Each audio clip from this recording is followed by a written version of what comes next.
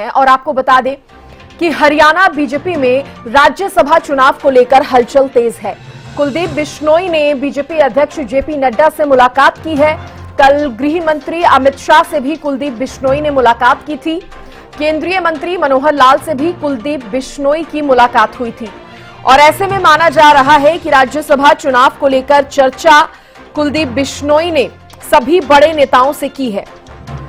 तो हरियाणा बीजेपी में राज्यसभा चुनाव को लेकर हलचल तेज है, जहां इस बीच कुलदीप बिश्नोई जो है वो बीजेपी अध्यक्ष जेपी नड्डा से मुलाकात करते नजर आए और इस बीच उन्होंने कल गृह मंत्री अमित शाह से भी मुलाकात की थी। केंद्रीय मंत्री मनोहर लाल से भी कुलदीप बिश्नोई मिल चुके हैं।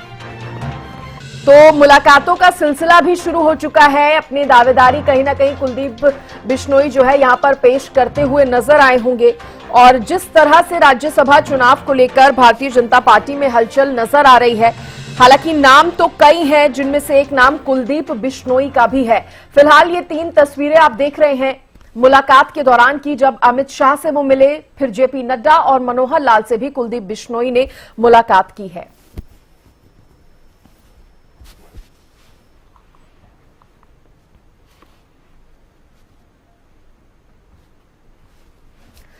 चलिए अब आपको ग्राफिक्स के जरिए बताते हैं कि राज्यसभा की रेस में बीजेपी की तरफ से कौन कौन नजर आ रहा है। तो एक नाम है कुलदीप बिश्नोई का, दूसरे नाम का अगर जिक्र करें तो सुनीता दुग्गल भी चर्चा में है। बंतो कटारिया का नाम भी लगातार सामने आ रहा है। राज्यसभा की रेस में नाम कैप्टन अभिमन्यु का भी है। ओपी धनखड़ का नाम भी राज्यसभा की रेस में। तो ये कुछ नाम माने जा रहे हैं बीजेपी की तरफ से राज्यसभा चुनाव में, सामने इनमें से एक नाम आ सकता है। विशेष संवाददाता रवि कालीरमन मेरे साथ जुड़ गए हैं ज्यादा जानकारी के साथ। रवि, जिस तरह से राज्यसभा चुनाव को लेकर हलचल तेज हो गई है, बात अगर कुलदीप बिश्नोई की करें तो लगातार मुलाकात वो करते नजर आए हैं। अमित शाह से मुलाकात हो, मनोहर लाल से मुलाकात हो या फिर जेपी नड्डा से ही क्यों ना, किस तरह से देखा जाए, तारीख भी क्योंकि अब नजदीक आ गई है। और बिल्कुल देखिए, हरियाणा में राज्यसभा उपचुनाव होना है और इस चुनाव की अगर बात की जाए तो सृष्टि अनेक ऐसे दावेदार हैं जो अपना अपना दावा जो है मजबूत करने में लगे हुए हैं। सबसे पहली अगर बात की जाए तो अंबाला से प्रत्याशी रही हैं बंतो कटारिया, उनका नाम चर्चाओं में चल रहा है। इसके साथ साथ बात की जाए कैप्टन अभिमन्यु का दावर नेता है, बीजेपी के सीनियर लीडर हैं। इसके साथ साथ अगर बात की जाए तो ओम प्रकाश धनखड़, इनका नाम भी काफी चर्चाओं में चल रहा है। ओम प्रकाश धनखड़ के अलावा अगर बात की जाए तो सुनीता दुग्गल, इनका नाम भी चर्चाओं में है। और आज आपने तस्वीरें देखी होंगी, कुलदीप बिश्नोई लगातार मुलाकातें शीर्ष नेतृत्व के साथ कर रहे हैं, उनका नाम भी चर्चाओं में है। ये कुछ नाम हैं जो राज्यसभा उपचुनाव के लिए कहीं ना कहीं चर्चाओं का विषय बने हुए हैं। ये तमाम जो नेता हैं वो कहीं ना कहीं अपनी लॉबिंग जो है वो करते हुए नजर आ रहे हैं। कोई अपने हिसाब से किस प्रकार से अपना दावा मजबूत करने की कोशिश की जा रही है शीर्ष नेतृत्व से। तमाम जो लोग हैं वो मिलते हुए नजर भी आएंगे और मिल भी रहे हैं। पिछले कुछ दिनों में आपने देखा होगा कई नेताओं ने मुलाकात की है। फिलहाल की अगर बात की जाए तो कृष्णलाल पवार की जगह राज्यसभा सीट जो है वो खाली हुई थी सृष्टि, और इस सीट के खाली होने के बाद तमाम तरह की चर्चाएं राजनीतिक गलियारों में चल रही हैं। सबसे पहली चर्चा क्या कोई दलित इस सीट से जो है राज्यसभा जाएगा, ये भी देखने वाली बात होगी, या फिर कोई भी सीनियर लीडर यानी कि कोई भी इस चुनाव में कहीं ना कहीं अपनी दावेदारी पेश कर सकता है, या कि शीर्ष जो नेतृत्व है वो किस पर भरोसा जताता है, ये भी देखने वाली बात है। लेकिन मुख्य तौर पर ये 4 से 5 जो नाम हैं ये कहीं ना कहीं चर्चाओं का विषय बने हुए हैं। जो शीर्ष नेतृत्व है वो कहीं ना कहीं पर भरोसा जता रहा है। अब देखना होगा कि फाइनली जब नॉमिनेशन करने कोई नेता जाएगा, नॉमिनेशन की जब डेट आएगी, किसको पार्टी मौका देती है, किसको राज्यसभा चुनाव में उतारती है, ये देखने वाली बात है। राज्यसभा चुनाव नजदीक है तो ऐसे में कहीं ना कहीं तमाम नेता अपने अपने तरीके से, अपने अपने हिसाब से शीर्ष नेतृत्व को रिझाने में लगे हुए हैं। जैसे कि रवि आपने भी कहा कृष्णलाल पवार के इस्तीफे के बाद ये सीट खाली हुई है, फिर आपने सुनीता दुग्गल का भी जिक्र किया। आप ये भी कह रहे हैं कि दलित नेता के चेहरे पर भी फोकस है। ऐसे में सुनीता दुग्गल का नाम भी सामने आ रहा है, पार्टी की प्रमुख दलित नेता है और कहीं ना कहीं ये भी माना जा रहा है कि इस सीट पर दलित समुदाय को का प्रतिनिधित्व जो है वो एक बार फिर से होना चाहिए, प्रतिनिधित्व फिर से मिलना चाहिए। तो एक स्ट्रांग नाम सुनीता दुग्गल का भी इसमें माना जा सकता है। बिल्कुल, बंतो कटारिया और सुनीता दुग्गल ये दो नाम ऐसे हैं जो कहीं ना कहीं इस सीट के लिए सबसे उपयुक्त अभी तक माने जा रहे थे कि अगर दलित समाज से किसी को मौका दिया जा सकता है तो ये दो नाम जो हैं वो कहीं ना कहीं आगे आ सकते हैं। और ऐसे में कहीं ना कहीं इन्हीं नेताओं के नाम अगर जो दलित सीट जो खाली हुई यानी कि कृष्णलाल पवार की जगह अगर दलित समाज से ही किसी को आगे किया जाता है तो ये दो नाम सबसे आगे हैं। इसके अलावा अगर सीनियर लीडरशिप को आगे किया जा सकता है, सीनियर लीडरशिप अगर चाहती है कि और कोई भी नेता जो है वो कहीं ना कहीं आगे जाए, तो ऐसे में कहीं ना कहीं दो जाट समाज से जो नेता हैं वो उनका नाम सबसे आगे चल रहा है। कैप्टन अभिमन्यु की बात करें या फिर बात करें ओम प्रकाश धनखड़, ये दोनों जाट समाज से आते हैं। और इसके अलावा माफ कीजिएगा, इसके अलावा अगर बात की जाए तो कुलदीप बिश्नोई समाज से आते हैं, वो लगातार लॉबिंग करते हुए नजर आ रहे हैं। लंबे समय से भारतीय जनता पार्टी में लगातार काम करते हुए नजर आ रहे हैं। जब राजस्थान चुनाव हुए थे तो उनकी जिम्मेदारी भारतीय जनता पार्टी की तरफ से लगाई गई थी, एक बड़ा मौका उनको दिया था और उन्होंने उस मौके को भुनाने का काम भी किया। जो बिश्नोई बेल्ट की जो सीटें थी वो ज्यादातर बीजेपी राजस्थान में जीत करके आई, तो उसके बाद माना जा रहा था कि कुलदीप बिश्नोई को एक बड़ी सौगात जो है प्रदेश में या फिर केंद्र में दी जा सकती है, यानी कि उनको केंद्र में कहीं ना कहीं राज्यसभा सांसद बनाया जा सकता है। इस प्रकार की चर्चाएं चल रही थी। जब लोकसभा चुनाव हुआ तो भी इस प्रकार की चर्चाओं का ने जन्म लिया था कि कुलदीप बिश्नोई को हिसार से मैदान में उतारा जा सकता है, उनका नाम भी चर्चाओं में चल रहा था। वो भी कहीं ना कहीं उनको मौका भी नहीं मिला।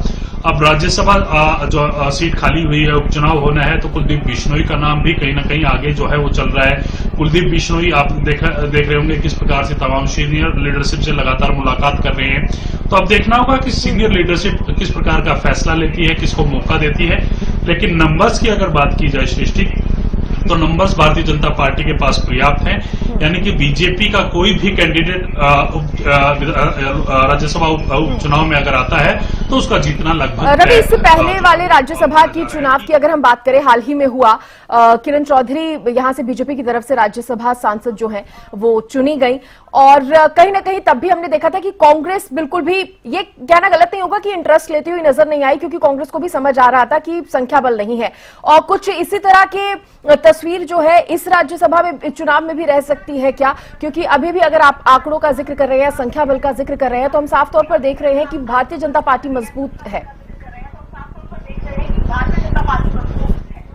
और बिल्कुल निश्चित तौर पर भारतीय जनता पार्टी बिल्कुल मजबूत है। और नंबर्स की अगर बात की जाए तो 48 नंबर्स उनके पास हरियाणा विधानसभा में, यानी कि 48 मेंबर उनके जीत करके आए हैं। तो ऐसे में संख्या बल के हिसाब से जो बात की जाए तो बीजेपी के पास पूर्ण बहुमत है और एक ही सीट पर चुनाव है, तो ऐसे में कहीं ना कहीं तमाम चीजें और इजी हो जाती हैं। जिस प्रकार से आपने पिछला उपचुनाव की अगर बात की, जब किरण चौधरी को राज्यसभा उम्मीदवार के तौर पर बीजेपी ने उतारा था, तो कांग्रेस की तरफ से या विपक्ष की तरफ से किसी की तरफ से भी कोई उम्मीदवार मैदान में नहीं उतारा। इसके पीछे वजह यही थी कि उनके पास नंबर्स नहीं है। नंबर्स की अगर बात की जाए तो नंबर्स बीजेपी के पास इस वक्त है 48 उनके खुद के मेंबर्स हैं और 3 निर्दलीय जो कैंडिडेट्स थे उन्होंने भी बीजेपी को सपोर्ट कर रखा है। तो कुल मिला के 51 मेंबर्स जो है वो भारतीय बिल्कुल देखने वाली बात होगी इस बार का राज्यसभा चुनाव किस तरह का रहता है। फिलहाल के लिए बहुत शुक्रिया आपका रवि, जुड़ने के लिए और तमाम जानकारी देने के लिए। तो रेस में कौन कौन से नाम है इसकी भी हमने आपको जानकारी दी। राज्यसभा की रेस में लॉबिंग भी तेज है और इस बीच भारतीय जनता पार्टी की तरफ से जो नाम है वो भी हम आपको बता रहे हैं। तो देखिए, शेड्यूल भी आपको बता देते हैं राज्यसभा का क्या रहने वाला है और हरियाणा की एक सीट पर चुनाव होगा, तो ये सीट खाली क्यों हुई है ये भी आपको बता देते हैं। देखिए, तारीख रहेगी 20 तारीख और हरियाणा की एक सीट है, आंध्र प्रदेश की 3, ओडिशा की भी एक। हरियाणा की हम बात कर रहे हैं राज्यसभा चुनाव की, एक सीट पर ये चुनाव जो है वो होना है।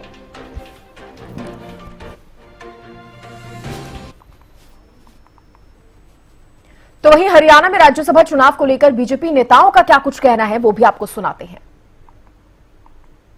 हमारी हाईकमांड तय करती है हमेशा, हमारी हाईकमांड जिसको तय करेगी उसको यहाँ से बन जाएगा वो राज्यसभा का मेंबर। कर रहे हैं इसके लिए दिल्ली चक्कर काट रहे हैं। नहीं, चलो अब राजनीति में कोशिश तो करते ही हैं, की जाती है, कोई नई बात थोड़ा, वो कोशिश तो करते ही हैं लोग।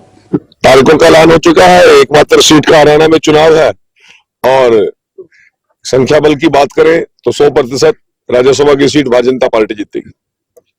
उम्मीदवार का ऐलान ये कुछ चीजें केंद्र के और प्रदेश नेतृत्व के विषय हैं। मैं तो एक कार्यकर्ता के रूप में सिर्फ इतनी बता सकता हूं कि संख्या बल हमारी पूरी है और शायद विपक्ष के लोग अपना उम्मीदवार भी न उतारे।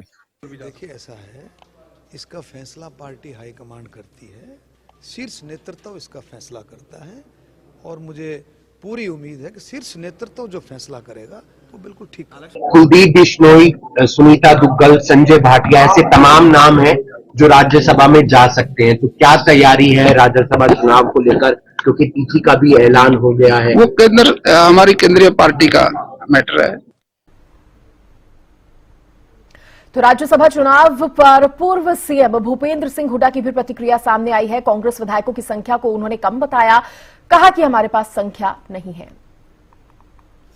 राज्यसभा के लिए जो है उसको लेकर पार्टी की तरफ से क्या रहने वाला है?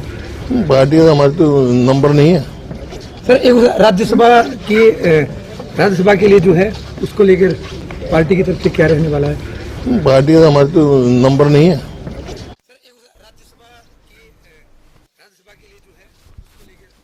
तो भूपेंद्र सिंह हुड्डा को आप सुन रहे थे। एक बार फिर से वो ये कहते नजर आए हैं राज्यसभा चुनाव के लिए कि हमारे पास नंबर नहीं है।